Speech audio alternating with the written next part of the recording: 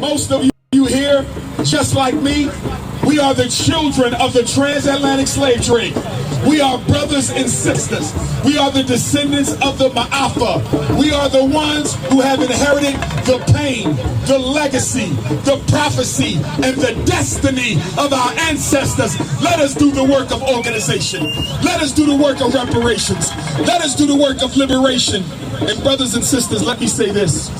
As hard as we struggle for justice, as hard as we fight to overcome white supremacy, we cannot forget that we have to be humanitarian with one another. We cannot forget that we have to practice compassion with one another. Some of us are so filled with hate for the white man that we don't have any love for the black man. What good is a Negro who hates his enemy and also hates his brethren?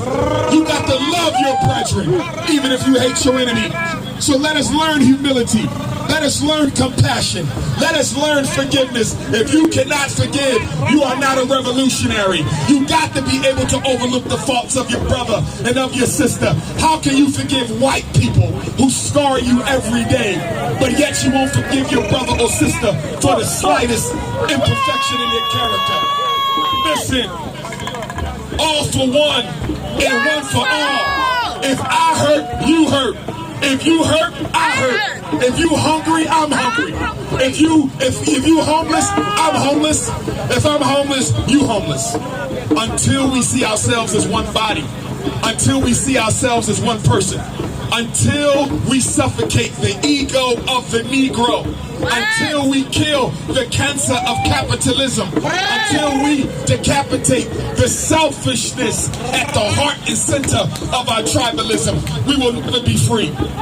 Marcus Garvey said, if we got to know ourselves today, we'd be a new people tomorrow.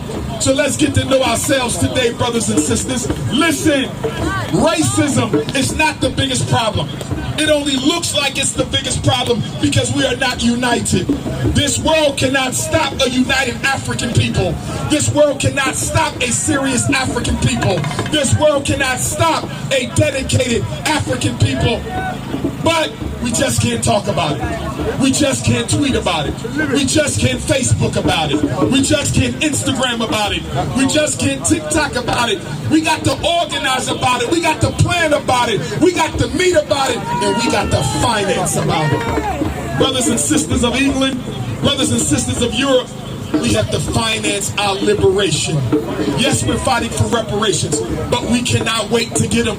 We will continue to fight for reparations hard, but we will not wait.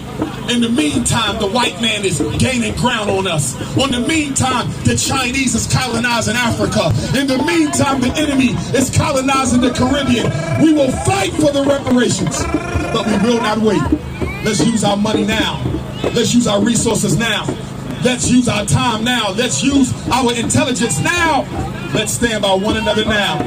Brothers and sisters, let's get serious. If this is the decade of reparations, so says the African Union, let us do everything we can to do our part to make sure Africa gets free. Because the one thing we want Africa to know, and I think Africa already knows it, I was with President John Mahama at Temple University in North Philadelphia right after he came from the United Nations, where they voted in March of 2026 of this year that the African slave trade was the greatest crime ever perpetrated against humanity. And I was in Ghana when he was sworn in to be president. I got my citizenship in Ghana last year. But brothers and sisters, we have to be about the business of black Africa, and we have to be about the business of black Europe. We have to take care of Ghana, and we have to take care of London. As Pan-Africanists, we fight on both fronts. We fight at home, and we fight abroad. Africa for the Africans, those at home and those abroad. I want to close with a quote from Queen Mother Harriet Tubman, one of our greatest heroes. You know, before Harriet Tubman started working on the Underground Railroad, she wanted to go back home to Africa, brothers and sisters.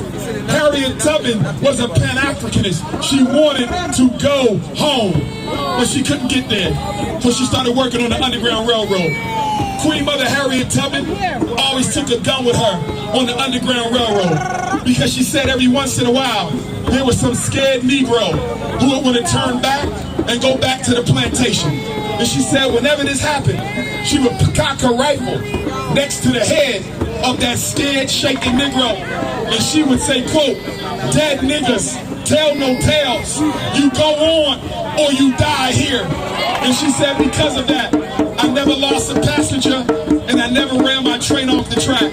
The Queen Mother Harriet Tubman, Aramin Terrell said, "I have just one regret. All my years fighting against slavery, brothers and sisters, I have just one regret." She said, "I freed hundreds of slaves. I could have freed thousands more. The problem was, they didn't even know that they were slaves." Brothers and sisters in London, we got to know better. Let us raise our consciousness. Let us raise our courage. Let us raise our commitment. Let us raise our consistency. Let us raise our creativity. Because one day you're going to wake up and the whole African world will be at war. I believe the next war will be a war to free Africa and all of her scattered black children. So stay in shape, exercise, pray, meditate.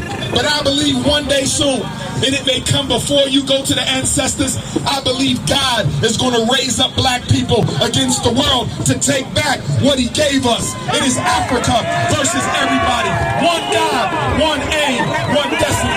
Black London.